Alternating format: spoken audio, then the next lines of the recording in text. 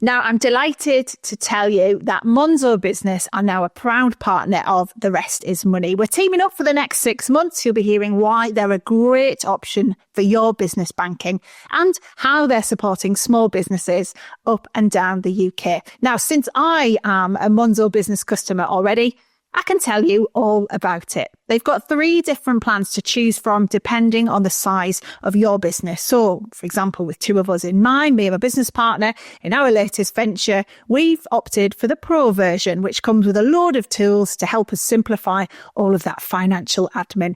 There's also Light for sole traders and Team for those slightly larger businesses that are scaling up. So why not join me and over 500,000 businesses already banking with Monzo Business and sign up for an account today. Only sole traders or limited company directors in the UK can apply. Invoicing is available with Monzo Business Pro for £9 a month and Team for £25 a month. T's and C's apply. Hello and welcome to The Rest is Money with me, Robert Peston. And with me, Steph McGovern. Now, today we are joined by Jonathan Brearley. Now, he is CEO of OFGEM, of course, the energy regulator. It's a job he's been doing since 2020. So he's been in the game a long time in energy. Before that, he worked in Downing Street as part of Tony Blair's strategy team. He spent time in the civil service where he led the task force setting up the Office for Climate Change. He's a man who's been consumed by energy policy for at least the last 2 decades. And now, given he's in charge of the regulator, Robert, there is a lot to talk to him about. Yeah, there certainly is. And if you're listening and your heart immediately sinks when you hear the words energy policy and regulator, I would ask you to bear with us, because regulators in this country are the great hidden powers, right? I mean, regulators, whether they're him or in the media space or in the water space, my God, they've had an impact on all our lives. And so one of the things, it's really important for podcasts like ours to do is to hold these people to account. And frankly, most of them are invisible most of the time. So it's great that Jonathan is here. And then there's just the other obvious point, which is whether you're struggling to pay the bills to heat your home, or whether you are a business with huge energy costs and you're desperately worried how you're going to pass these on to customers. The decisions that he and OFGEM make are absolutely central to you, to all of us. So here's our interview with Jonathan Brearley. Jonathan, great to see you. Energy so important to our economic prospects, our living standards, climate change. But I want to start with something very specific in relation to what the International Monetary Fund yesterday. They said inflation would be going up more in the UK than in any other big developed economy. And they said the big reason for that is that our energy costs are going up more in the UK than in other places. I mean, is that your fault? Why is it happening? Well, when I think about energy costs and when I think about the changes we've seen over the last few years, I always start with the customers that we work for. Now, it gives me no pleasure at all to be the person on the Today programme and elsewhere talking about price rises and the sort of changes we've seen over the last few years. But look, Robert, the reason is really simple. We are more reliant on gas in this country than other countries. So as that gas price changes, our energy prices change. Now, if you look, for example, what happened before winter, we saw the gas price go up about 40%, roughly from October last year to December, and that led to about £100 price rise for the average household. Now, those prices are coming back down again, so energy costs might come back down, but we are dependent on a market that I don't control, the government don't control, but is set ultimately internationally by the international gas price. And that's the principal reason for why our bills are more. You talked, Jonathan, recently in your kind of state of the market speech about how things have changed since you started the, an energy policy. And you say, when you started, we faced this choice between the environment, cost and security, but you think those things are closer together now. What do you think has changed? Because there's a lot of people who still think that, it's one or the other. You can't have all of them. No, look, I think we're at a pivotal moment for this transition, actually. So what we have is a country that has grown its renewable sector. But as I've said, your heating system is provided by gas. A lot of your electricity is provided by gas. Now, the only way in the long term I can see for us to get what we all want, which is a much more stable system and a stable cost base and a much more secure system is by building more renewables, building more low carbon technologies, renewables, nuclear and others. And so for me, the world has changed. When I started in 2006, when we were arguing for the Climate Change Act, we thought there was a big trade-off. We thought that things like offshore wind were much, much more expensive than gas-fired generation. But two things have really happened. I mean, offshore wind costs have plummeted in the last 15 to 20 years. And indeed, gas costs have gone up significantly. So now in my mind, both for cost, for security of supply, and indeed for stability, the renewable sector is what we need to do to provide the energy sources that we need. I mean, there is very resonant politics here. We have Kemi Badenoch, the leader of the Conservative Party, and Nigel Farage, the leader of Reform, both saying that it is the government's commitments to hit net zero, to build more renewables, which is the reason, they say, why our energy prices are higher than other countries, are uncompetitive. You've just said they're straightforwardly wrong. Well, ultimately, it is for government and for ministers to decide the level of ambition that we face. And but now, hang on, are Badenoch and Farage just wrong? But coming back to the facts, just coming back to comparing costs, renewables are very cost competitive with gas, and so low carbon alternatives are less than that. So if you look at just the objective facts, without getting into the political debate, if you want a more cost-efficient system, you need to move to one that has renewables as a large part of it. Now, the pace at which you do that and the scale at which you do that is a matter for politicians. But the fact is, without a renewable sector, our costs would be more reliant on gas and more reliant on that international gas price. If I look at a country like Spain, for example, way more of the costs of transition are paid for through the general taxation system. Is the fundamental problem in the UK that we expect, the government expects customers to pay the bill of the transition?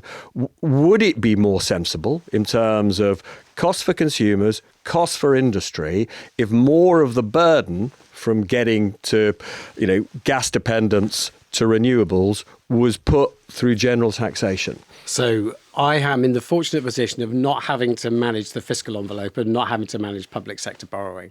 So, of course, it would be better for customers if more of this was borne by the taxpayer. But I accept the Chancellor has a whole set of trade-offs that I don't need to face. The point is that if you look at Spain, for example, you look at a system that has more renewables, they are more cost competitive. So I spoke to someone, one of the industrial leaders in Europe, looking across Europe at the different energy systems. And he was being asked the same question you've asked me, why are we doing all these renewables? Why don't we simply go back to fossil fuels? And he pointed to Spain and said, look, because it's more cost effective to do it that way. And just on that other issue about our vulnerability to rising gas prices, we have a system here where the marginal cost of energy is set by the price of gas. All right. Is there, given now that we've got a very large renewable sector, is there another way now for setting the general energy price that is less dependent on gas fluctuation? Is the way that, in a sense, we organise this thing, the system, capable of being reformed? Well, the government's undergoing a almost 3-year reform process looking at how we might change that market. But the simple fact is that for new renewables, so for the stuff that we are hoping to build in the next 2 years, they're effectively on a fixed price contract. So the price of that electricity is not set by gas.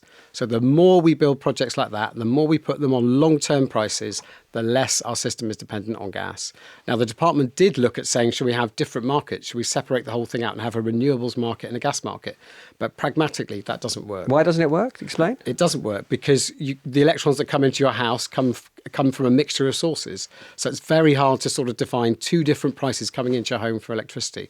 But contracts for difference. So those long-term contracts we have for renewables are things that already separate the gas price from the price of renewables. So it's something that over time will happen and will significantly increase. But is there a world in which we can, even before we're completely weaned off gas, forgive me for pressing you on this, but it has been unbelievably painful for businesses and for households, that we are so dependent on that gas, not just on the volume of gas that comes in, but on that marginal cost of gas in terms of setting the tariff. Intellectually, I've struggled to understand why there isn't a way of smoothing it differently, given how big the renewable sector is now. Well, it comes back to putting more renewables onto those long-term contracts. So basically, the concept we have now is that renewables get a fixed price for their electricity. The more we build renewables, the more they're on that fixed price, the less your bill is being set by the gas price. So it is something that will happen over time, but it's all part of making this transition a much bigger and broader transition. Jonathan, the thing I'm really interested in as someone who, where I'm sitting now, out of my window, I can see lots of wind turbines. So I'm Yes. up on the northeast coast. And the thing I'm really interested in is this idea of zonal pricing, the idea that these areas where, like my area, large parts of Scotland, often areas where there's higher deprivation and things, have got this enormous amount of capability to create renewable energy, and this zonal pricing idea of it being cheaper for us, for the people who live in these areas where this cheaper energy is being made. But it seems to be quite controversial, this idea, doesn't it? Because, there's a lot of debate around whether if you make it cheaper for people in these areas, then investors might think, well, hang on, we're not going to make as much money, so we won't invest as much. What are your thoughts on this idea of zonal pricing? Can you see it working? Well, look, honestly, this has become a massively hot topic in the energy industry right now. And what we're seeing are companies taking very polar positions with, part of the industry saying we absolutely must have this. The other part of the industry saying, if you have this, then we're not going to invest or we'll charge a lot more. And I think the arguments are more nuanced than that. So it's worth stepping back and thinking, what problem are we trying to solve here? And it's really quite simple. It's two things. It's saying, when you build a wind farm, particularly when you build a wind farm in Scotland, you have to pay for wires to bring that electricity all the way down to England to where most of the demand is. So when you add those costs together, they're different just than the cost of building the wind farm itself. So we have to have a way of making sure that we locate plant in the most efficient place possible. Second thing you want to do is you want to make sure that those plants operate efficiently so that they are discharged at the right time, and we're not in the future paying wind farms to turn off as much as we are today. Now, one answer is zonal pricing, because it says, well, if there's more wind power, your price goes down, therefore your incentives to generate go down, and the system balances more organically. And I can see the attractions of that. But the counter argument against that is people say, well, I now have no idea what that wind farm's going to make, so I don't know what my returns are going to be. Therefore, I'm going to charge more to invest in the first place. And really, you've got a sector debating these as if they are two very polar extremes. My view is we need to do the maths, we need to work together. I'd like to ask investors, what would it take? What protections would you need to get back to investing cheaply in a zonal system? And equally, I'd like to ask those who want a national system, what other changes do we need to make sure we don't build wind farms in the wrong place and charge everybody more? And that's really the debate that's there. And, it's one that we need to have. But my message to the industry is let's have a sensible conversation on the facts and treat it less like some sort of culture war specifically for energy nerds. Yeah, because it could also bring businesses to areas where this energy Absolutely. is cheaper. And, from a kind of equality point of view, the regional inequality is the thing I bang on about the most, which won't shock you given my accent. But it feels like, just like we get these kind of enterprise zones or these free ports or whatever, this could actually be something that helps with the regional equality we do have. And then there's nuclear. If we look at why France has way cheaper power, it's because they've consistently invested in nuclear, and therefore they have much more security over their price. If you look, 10 years ahead, what share do you think of our energy will come from nuclear? I mean, in the UK, like many other countries, you could argue that it's scandalous that we allowed our nuclear industry to wind down and didn't reinvest over the last 20 years.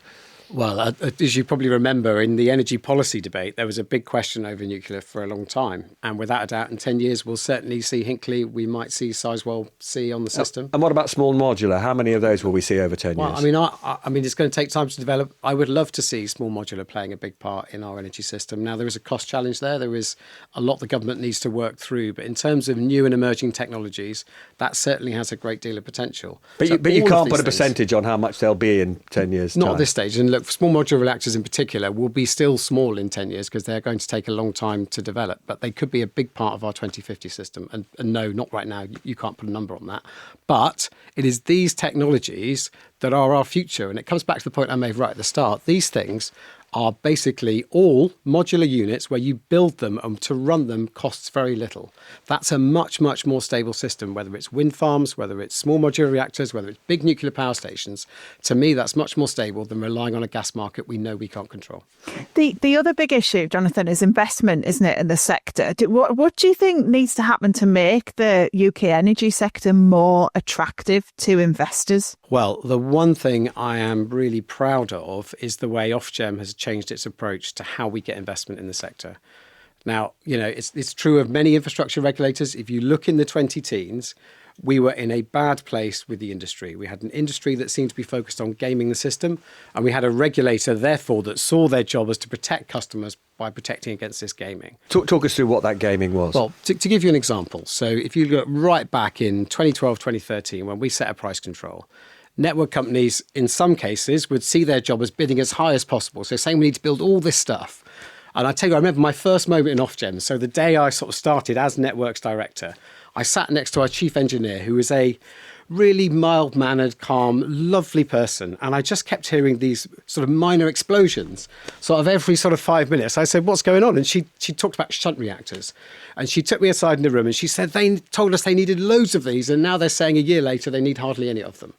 And companies were keeping that money and keeping a share of that money, and that was going towards their shareholders. Now, a regulator in those circumstances becomes quite defensive and finds it hard to approve new funding. So we had a macro conversation with the network industry, which basically said this. They lied to you, basically. They said we wanted to invest, and then they didn't, and then they gave the money back, the money that you'd allowed them to earn from the energy price. They gave that to their shareholders. Exactly. And so we had to bring in lots of protections that protected against that. But the point is, we then had a sensible conversation with the industry leaders and said to them, it is in customers' interest that we build very fast. It is in your business interest that we build the infrastructure we need very fast. And so if we work together, the overlap between what customers need and what you need is really strong. But if you lose public confidence, if you resort to some of the things we've seen in our history, and I won't sort of comment on sister sectors like water, but we've seen it elsewhere as well, then we will not be able to deliver for you and we won't be able to deliver for the country. So what we said is let's redesign our system to get that money in as fast as possible. And what we ask of you is to deliver on time and on budget. And right now, we are building a monitoring regime which will make sure they deliver their part of that deal. Jonathan, if you could sit tight for a couple of minutes, we've got loads more we want to ask you. We're going to go to a quick break, and then off the back of the break, we are going to do our monthly small business barometer. Small businesses feel the pressure of energy prices too. So we're going to have a quick chat about that, and then we'll come back to our interview with you, Jonathan. But first, here's the break. Welcome back to The Rest is Money. We're going to be chatting more to Jonathan Brearley, the CEO of OFGEM, in a moment. But first, we just want to bring you the Small Business Barometer, brought to you by Monzo Business, because every month we look at different challenges facing SMEs. These are the guys who employ 60% of the UK workforce, so it's really important what's happening to them. This time we want to talk about what companies are doing, I guess, to work smarter and not harder. There's a lot happening at the moment. We often talk about AI and, how AI is driving things like customer service and lots of other elements of business life. Also, the government's making tax digital rollout is kicking in next year. So I guess technology is no longer really an option for SMEs. It's an essential part of survival and growth. There are clearly advantages, but the UK lags behind other nations in SME tech adoption. So we're going to talk about what's holding us back and, more importantly, how we can catch up. And just to give you a little stat on this, just over half of UK SMEs use at least one AI-powered tool. It might be a chatbot, it might be automated bookkeeping, marketing tools, fraud detection. So businesses are using it in some sense, but there are loads more tools out there and the adoption could be a lot more, couldn't it, Robert?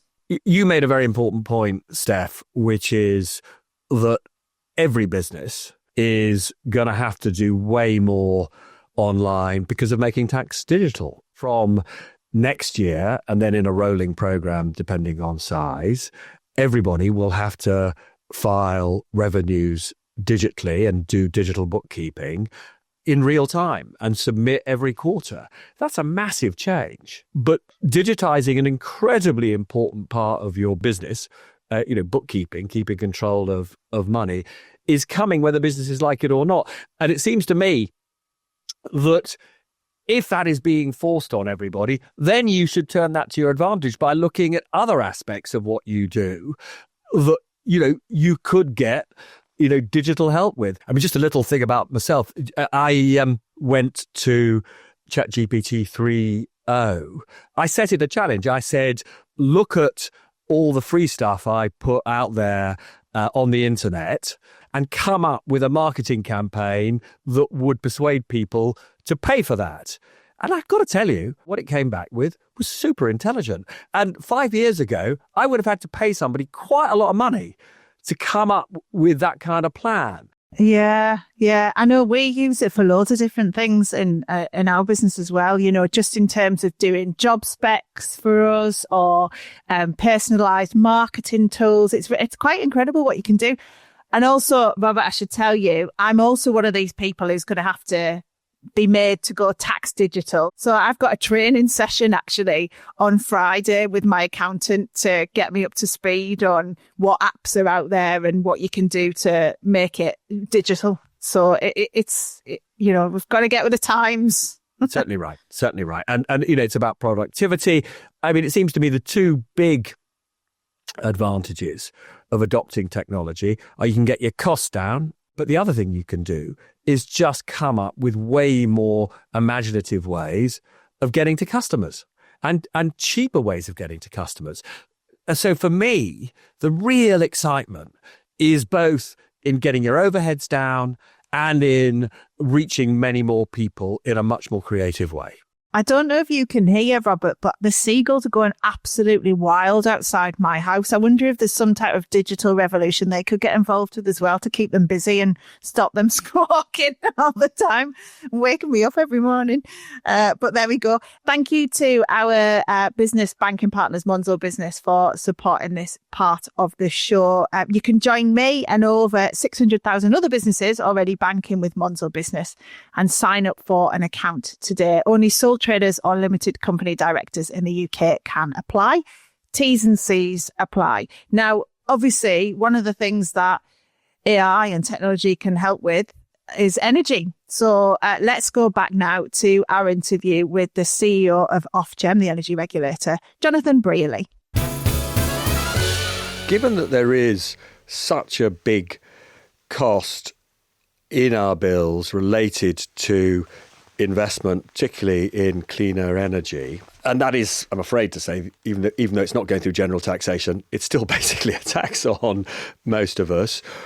Why has this idea of a social tariff not really properly taken off? Because, what we have is a regressive system where everybody has to pay a lot for energy. Yes. Why don't we have a system where those who are really struggling to pay the bills on low incomes can't get cheaper power? Well, you may know I've been talking about this and asking that question for a number of years. I mean, some of the things we saw during the crisis still don't make sense to me.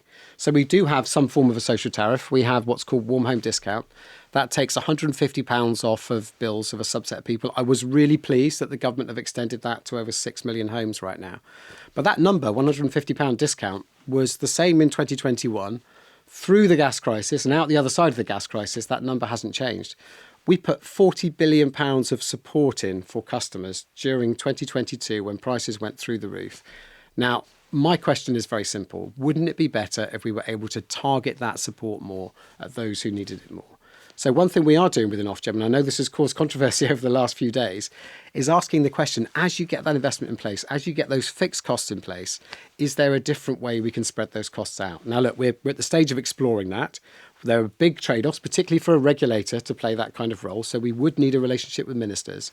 But I think the question of how do we make sure, particularly those who can't afford it, are able to manage is going to be fundamental for the next 5 years. And I should say, I think you've got a similar question for industries that need that kind of help as well. Totally. I mean, I see through the kind of work I do up here with the various charities and food banks and things that energy is the biggest stress for people. And I know you yourself quoted the YouGov research saying 40% of the people polled say energy is their top concern, and debt arrears have reached a record high.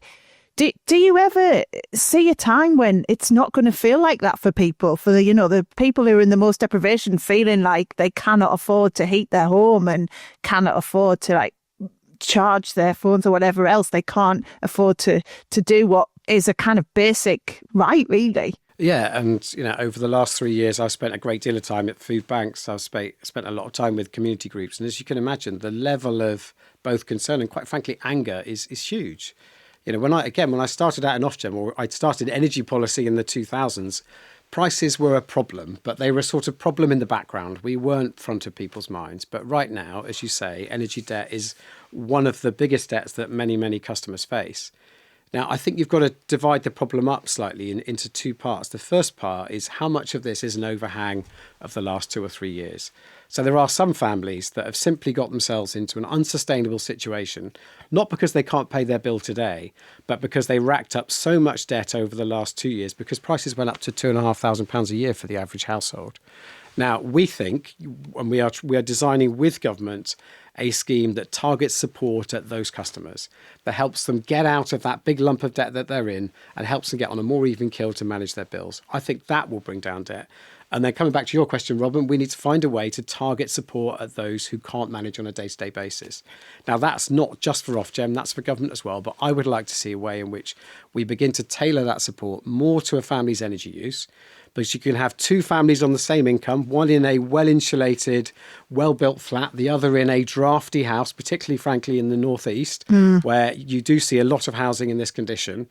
And they're paying very, very different energy bills. So I'd like to see support better targeted at people's energy needs, but also able to change as the market changes. Because while we are on this kind of roller coaster of a gas price, things change very fast in the market and the benefit system really struggles to keep up. So we're continuing to work with government on that. But I think that should be a component we put together to make sure not only do we get to that destination I want to get to, so one that is low carbon, stable cost and secure, but also we make that journey along the way the best it can be for customers. The other side of this, Jonathan, as well is, you've got consumers using energy, but you've also got businesses who have really been hit hard by energy costs. One of my friends who's got a restaurant chain has had to close restaurants because of the fact that it just wasn't worth it anymore. The energy bill was too much. I've seen myself in a couple of the retail businesses I have where we have to really, look every month at how much energy we're using to just make sure we can afford the bills. So there's that side of it as well, isn't there? What this is kind of the pressure this is putting on, particularly small businesses. Well, actually all businesses, but it is a big pressure, isn't it? No, it's massive. And I've spent time with people who have been in tears over losing part of their business due to energy costs. And look, I think, again, you need to look at the different components of this. I think there is a problem we all need to think about, which is the large-scale industrial costs that I described. So how do we get people to invest in building factories here? How do we make sure that we're competitive to other countries? But when you think about small businesses, there's two parts. There's the underlying cost of energy, but there's also the way they were treated by their companies and indeed by energy brokers. Now, I remember talking to one small business owner who said to me, right at the height of the crisis, when he was desperate to get onto a tariff, he was told by a broker, you have to sign today, you have to sign for a number of years, and you have to lock in a long-term contract. Now, the problem is, given how worried he was about this price that was already going up, that's what he did. And of course, 6 months later, when prices came down, that contract that he signed was out of the money, and he is still struggling with his business to make ends meet, to work his way through the end of that contract. So what do you do about that? Surely that energy broker needs to get their kind of, whatever it is, their license or whatever, taken off them? Well, I completely agree. Now, we don't regulate brokers today. we wrote to government in about, I think it was 2022, asking them to give someone, most likely us, but we don't know yet, powers to regulate brokers. And so just to be clear, this is not like, a money broker of somebody who is in the business of facilitating loans or finance, where there is a regulator, yes, the Financial Conduct Authority. These guys are completely unregulated, are they? So right now there are codes of conduct, but they are unregulated. So we are working with government to put a system in place that will regulate them. I can't sort of preempt where they go, but it is very possible that OFGEM has a role in that. And that is how I think we then address what is the underlying problem, which is people who are locked into very, very high contracts. Second thing we must do is make sure that retailers behave better towards business customers and they help them manage over what are difficult times. And it's a bit like a household, it's not a case of subsidizing energy. Obviously, a company can't do that. But giving flexibilities and working with businesses to adapt to the circumstances at least allows that transition to go from being something that's terminal for business to something that is difficult but manageable. Yeah, just to give an example from what I've experienced with this, we moved into a new unit in a shopping centre, and the previous occupiers of that unit had been McDonald's, who had obviously massive high energy usage. Our business doesn't, but we were stuck on their energy tariff essentially because they obviously paid a much higher base cost to get a lower per unit energy cost. And it really shafted us. Like, we ended up having to move, that business because we were just stuck in this long contract. And I guess that's what you're saying. It's exactly how you change these to make them more flexible for people so they can move with the times and not get stuck in these long energy contracts. No, absolutely. And it's also, though, an example of the more complex market we're moving towards. So, as you both know, government is reviewing OFGEM at the moment and looking at our role and remit in the future. And one of the things we're saying to them is actually the whole energy market is much more complex these days. So if you think about that job that almost your landlord is playing as your broker, you think about where's your energy going to come from in 2035? It's going to come from solar panels. It might come from your car battery. You might have a battery in your home as well as what you get through the pipes and wires. So we think you need to re-equip the regulator to be able to deal with this much more complex world and much more fragmented. In 1990, which wasn't when I started, a bit before when I started, but right at the start of this transition, we had a small number of large power stations and we had customers pretty much able to use demand what they wanted. We're moving to a much more fragmented system. And so we're going to have to borrow tools from financial services.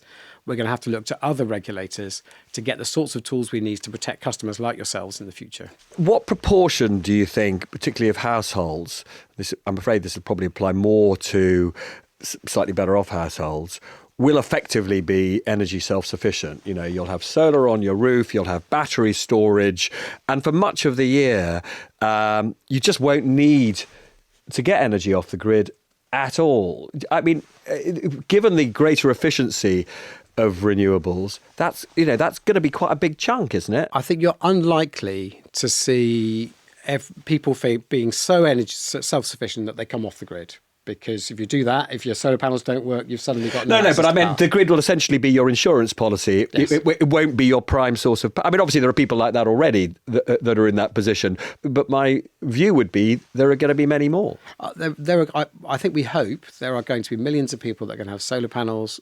Probably likely as battery costs come down, they're going to have batteries installed in their homes. And we do think, regardless almost of what government does, we are going to see a big increase in electric vehicles because they're becoming so cost competitive. So energy use will be different for very, very many people.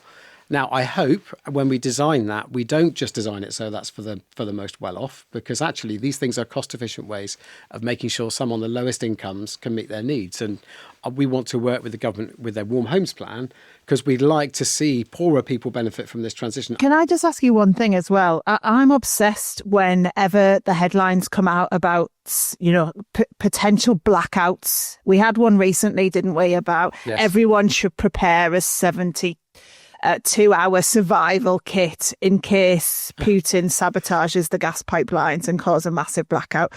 How seriously are you thinking about blackouts? Like how well prepared are we if there was a complete shutdown, whatever it might be, whether it might be cyber or some type of physical attack? Is this something you guys plan for? Do you have strategies in place?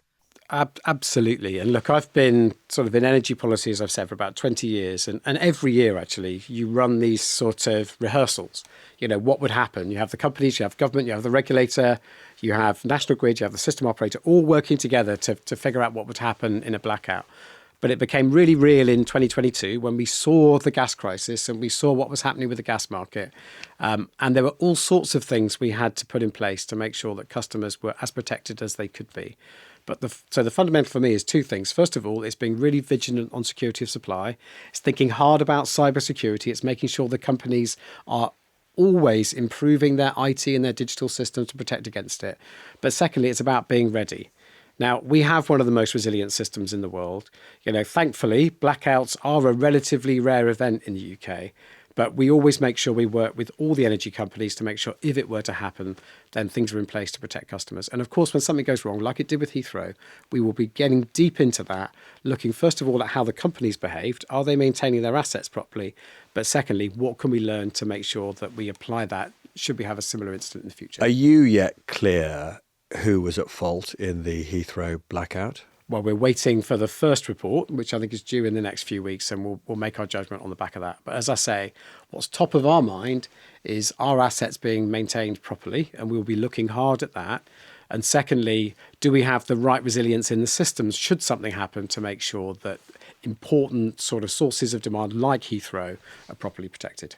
Is that the thing that worries you the most, like in terms of your job and keeping you awake at night? Is it blackouts? Well, actually, look, as I come back to, we have to appreciate we have an incredibly resilient system. But what I think preoccupies me, put it that way, my kids keep me awake at night. So I've got something else to occupy me between sort of 9 o'clock at night and 6 in the morning, usually in bed with me. But the thing that I think preoccupies me is the pace of change around us. So I think where the Prime Minister is right, it goes beyond economic growth. The economy and the energy economy is changing really fast. So we need to make sure as an institution we keep up with that. We look at new emerging bits of the sector, we get ready to protect customers there, but we also make the most of the innovation and all of the change that's there in practice. And it just comes back to where we started. You know, we could go back to relying on gas. We could accept that we're just going to follow the gas price that is frankly dictated by other countries. Or we can embrace this new technology. We can look at the different ways of doing things and ultimately, I think, deliver a much better destination for customers. But that needs a regulator that keeps up with all these changes around it. Do we have an incredibly resilient system? Because it wasn't that long ago, after Putin invaded, that our stocks of gas, our reserves of gas, fell to dangerously low levels. And we actually did begin to see a bit of the kind of rationing that you see when, you know, essentially we're in trouble. Well, I think it comes back to the point I was making. I think those rehearsals in 22 certainly felt a lot more realistic than they had done before that. But remember, what we have, which not many countries across Europe have, which is ports that bring in what's called liquefied natural gas, so gas on boats, that allows us to be much more resilient than in other circumstances. So I'm not saying it's perfect. It never will be. You can never guarantee there won't be a security of supply crisis. But compared to other countries, given what we have been through, the turbulence that we've seen, we do have a very resilient system. Well, that's probably a good note to end things on, isn't it? Resilience. Yeah, before I like Spotify turn our lights out. Yeah, exactly that. Jonathan, thank you so much for your time. Really appreciate that. Cheers. Absolutely fascinating. Brilliant Great to see you. Thank you. Thank you. And that's it from us on The Rest is Money. Bye-bye. Goodbye.